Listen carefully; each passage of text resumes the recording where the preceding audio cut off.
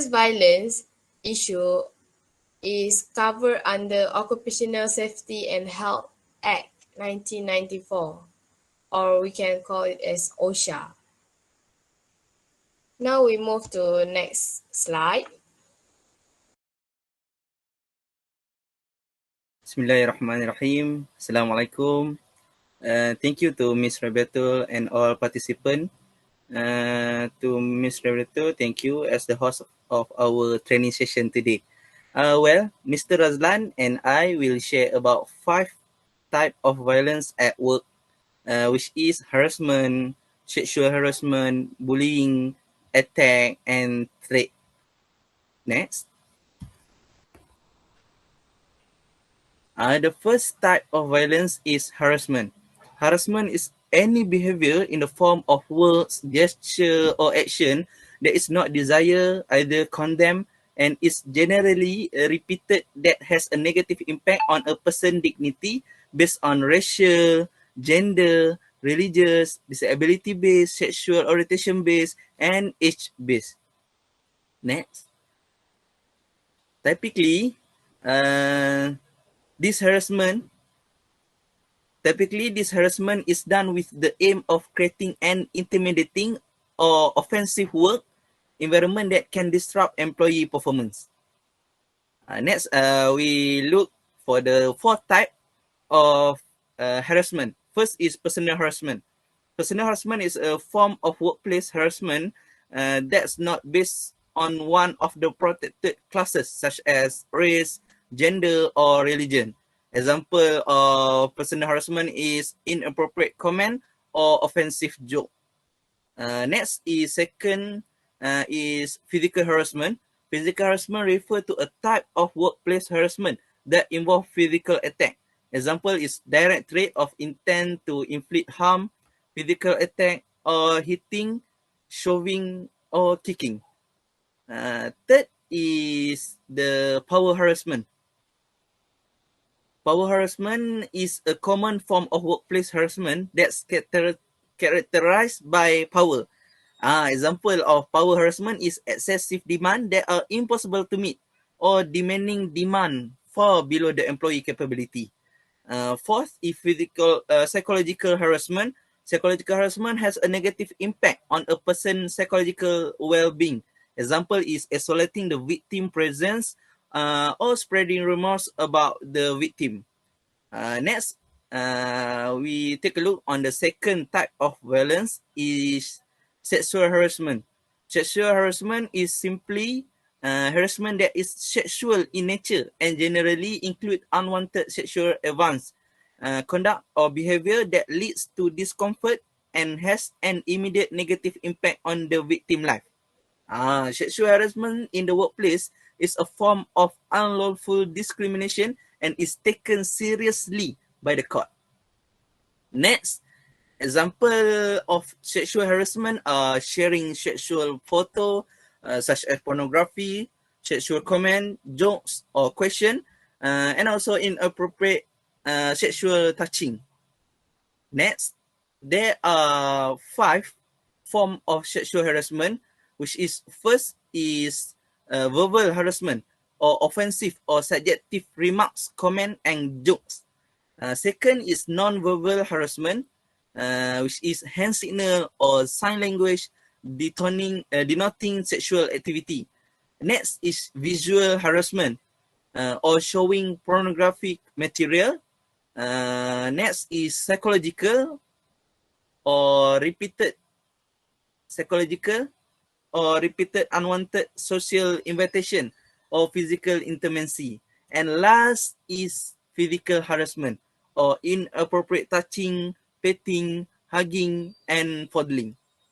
Next, the third type of violence at workplace is bullying. Bullying can be defined as repeated, unreasonable action or verbal of individual or a group direct toward an employee or a group of employees. Bullying is usually seen as act or verbal comment that could psychological or mentally hurt and create a risk to the health and safety of the employees. Example of bullying is gossip or innuendo, including or isolating someone socially, intimidating a person.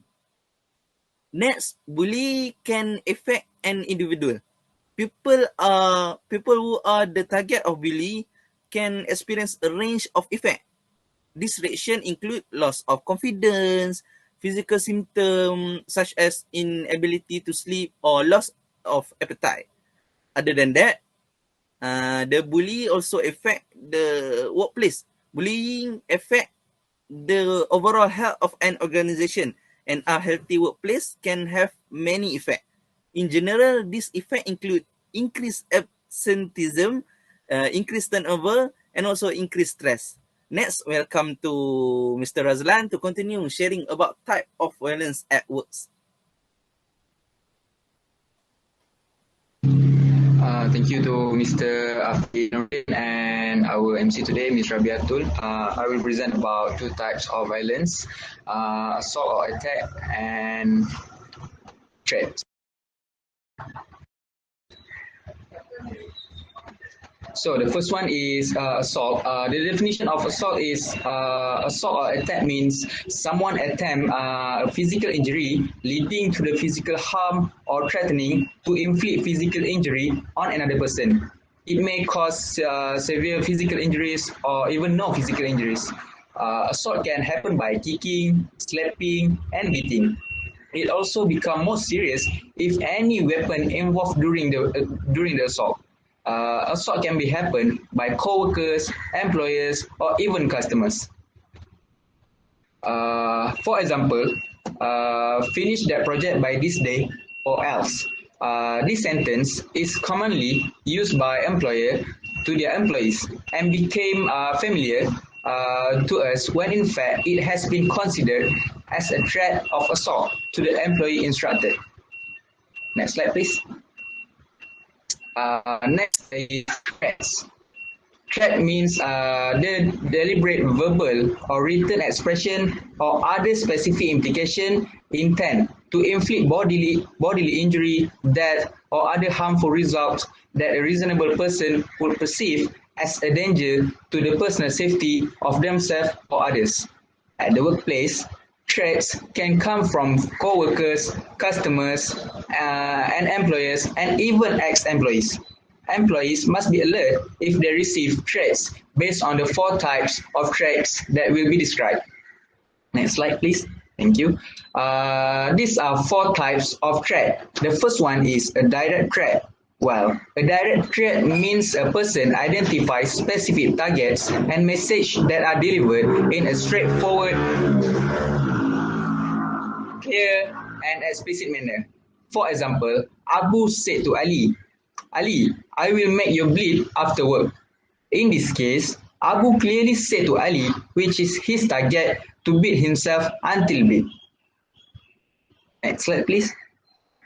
Thank you. The second one is an indirect threat. An indirect threat means someone tends to be vague, unclear, and ambiguous on his victim. The plan, the intended victim, the motivation, and other aspects of the threat are masked or vague. For example, there is a poster at front door in the morning. Office written by a red spray. You don't know who I am. I will make sure you suffer for what you have done. In this case, we do not know who is threatening and who is the target or victim. The motive for threatening. Next slide, please. Thank you. The third one is a veiled threat. A veiled threat is one of the that strongly implies but does not look specifically threaten violence, but enough to make the person being threatened feel insecure. For example, it's understandable why 13 May riots happens. In this case, it may be intimidation from the Malays to the Chinese or vice versa by reminding racist events and creating an uneasy situation. And the last threat, the last threat is a conditional threat. This threat often seen in extortion cases. It warns that a violent act will happen unless a certain demands or terms are met. For example, if you don't finish my job, you know what happened next. Just that from me. Thank you. Thank you, Ms. Rabiatul. Hi, Assalamualaikum. My name is Nur Syazwani binti Muhammad Zizi. Before we proceed on how to prevent violence, we should know that there are three levels of action that can be undertaken to prevent this violence from happening. First of all, primary level. On this level, it will identify problem at the level of the organizations and the environment. All the problem has been listed and categorized into their category. Next, secondary level will include interventions to help individual. Interventions can be formed from employer, manager, human resource, or else. Moreover, on the third tier level, it provides assistance to employees who have been victims of violence. Among them is to help provide is such as giving advice and self-motivations. Now we proceed on how to prevent violence at workplace. First of all, management commitment. Management commitment provide the motivations force to deal effectively with workplace violence. With such motivation, it is found that the organization care about employee emotion and physical and they will feel safe. Secondly, training education. By giving them training and education about the negative impact of violence, we will ensure that all employees are informed of any potential security threat and how they can defend themselves. So, in that way, it will be able to reduce the cases of violence that occur. Last but not least, employee involvement. Employees should know about the problem faced by employees and listen to the feedback they give. With that, then we can take the next actions to address the problem. Assalamualaikum and greetings. I am Shazlin Almira binti Hamizan, your trainer on how to know if your workplace is at risk. So, perform a workplace evaluation to identify which hazards exist and the level of risk they cause.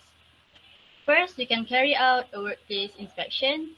Secondly, analyze any cases of violence in your own workplace. Thirdly, examine the record of violence in other workplaces. So for the first one, carry out a workplace inspection. Concentrate on the work at hand, the workplace design and layout, as well as your administrative and work procedures. You can consider external factors such as location, clients, customers, and family violence. Any measures in place to protect the psychological health and safety of the workplace, such as job factors like how much control over the work an individual has, excessive workload, and tight deadlines. Secondly, analyze any cases of violence in your own workplace. You can review any incidents of violence by consulting existing incident reports, first aid records, and health and safety committee records. Determine whether your workplace has any of the risk factors associated with violence, and you can also evaluate the history of violence in similar places of employment. Thirdly, examine the record of violence in other workplaces. For example, your industry association, workers' compensation board, occupational health and safety regulators, or union office.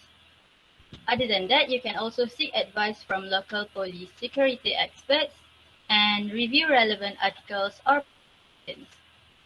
Please keep in mind that you can also contact the legislative authorities to determine what specific legislation regarding workplace violence prevention that applies to your workplace.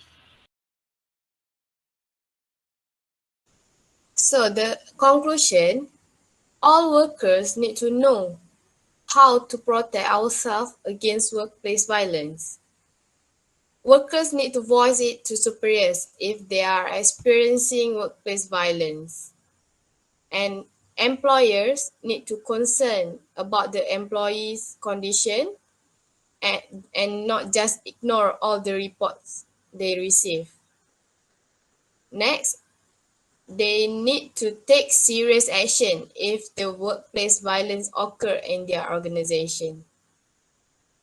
So all of the presentation about the workplace violence has been done by all the trainers.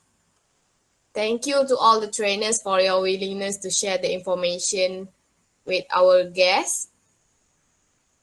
So I would like to apologize for any mistake from me and my team.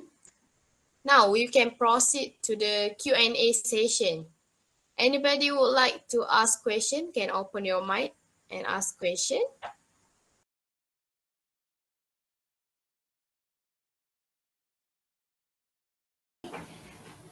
I am Nurul Hashadini. I have question to be asked. If I am accused at a violent activity, may I have a lawyer? All right. So the Thank you trainers can to. answer. Okay. I can say. Thank you to Miss Asha for that good question. I think for Miss Asha, you may wish to consult with a lawyer if you operate during the investigation. You should be able to expect fair treatment by the company. Employees who ignore or abuse the investigative process will be subject to disciplinary procedure. Okay. My name is Muhammad Haziq bin Halim. I have one question for you, which is, will the person who act in a violent manner with me go to the jail? Go to the jail. Sorry. May I answer this question? Yes, So, please, Mr. Mr. Rosman. Hazi, yes, of course, some individual that can go to jail because every company is required to obey applicable provincial and federal statutes protecting against violence in employment. So, if any criminal action has occurred by an individual in the workplace, the individual could face criminal charge, including go to jail. Let's move to play some game to Kahoot. I have provided link at the chat box. You can click the link at the chat box to play the game. Let's test your knowledge about this training program. So, City at the first place. Congratulations, City. Who is City? Second place, Farah. Congratulations too, 10 over 10. Miss Hashadini, 9 over 10. Still congrats you. Means you guys are listening to our training program. Aina, Atira. So, if all of you guys have done the Kahoot, you can click the link given to give your feedback.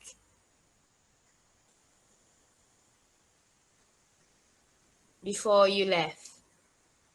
After you're filling the feedback form, you can leave the meeting. Thank you so much for your willingness to attend this meeting, this training program. Thank you so much.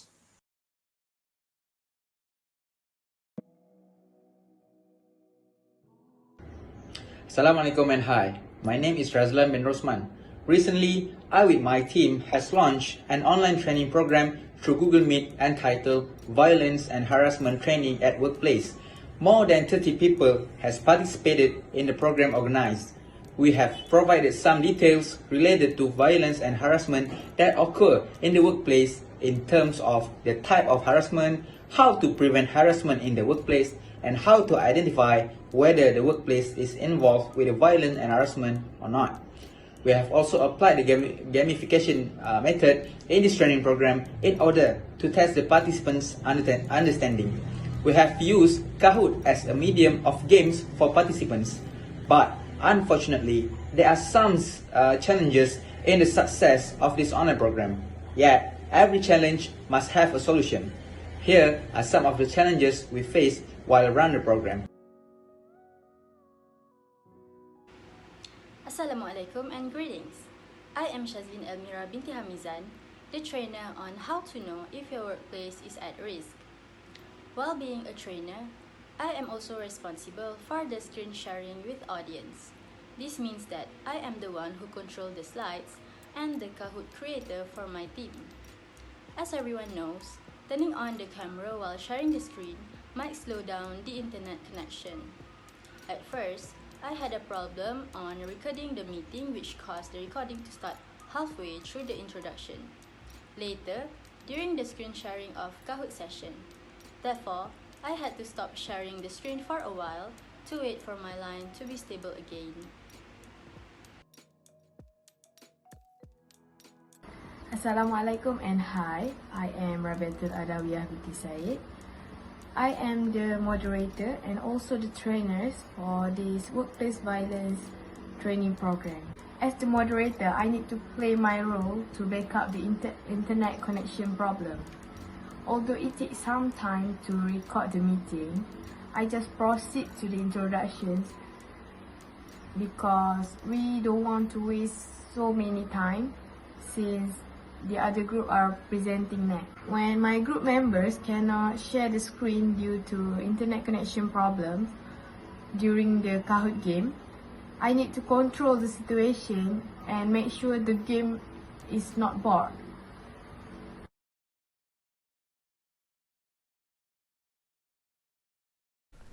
The feedback study seeks feedback on the participant understanding and effectiveness of the training. This feedback will be used to improve future training programs. However, the challenge we face in conducting this training program is that we do not get full feedback from all participants. Only 22 out of 37 participants responded to the survey.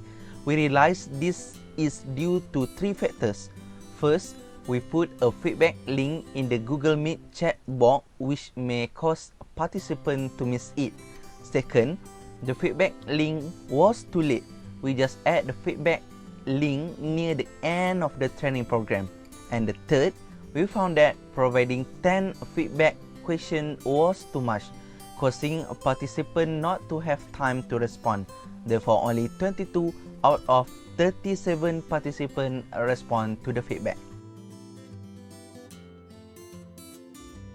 There are many steps that can be taken to overcome this problem.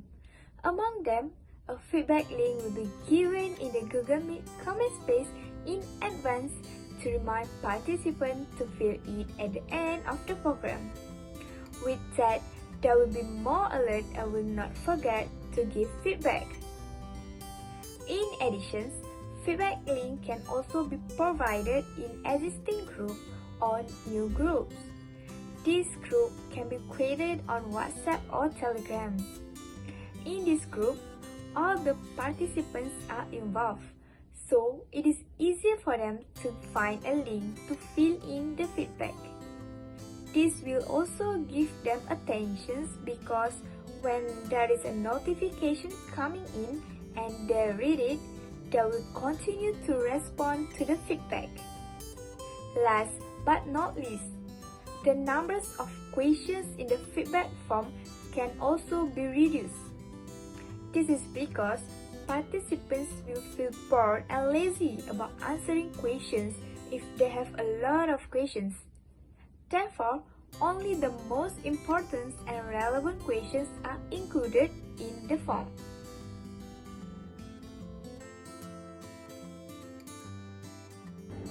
In a positive context, although there were participants who did not provide feedback after attending the program, many participants had provided good feedback on the training program conducted. They have responded with between agree and strongly agree in the context of understanding the program, and responded just between good and excellent in the context of satisfaction. We are very happy with the feedback provided because all of the good response given from the participants to the program means that we have successfully impart knowledge and provide understanding related to violence and harassment to all the participants. In conclusion, Knowledge related to violence and harassment should be known by everyone to create a safe environment to all employees.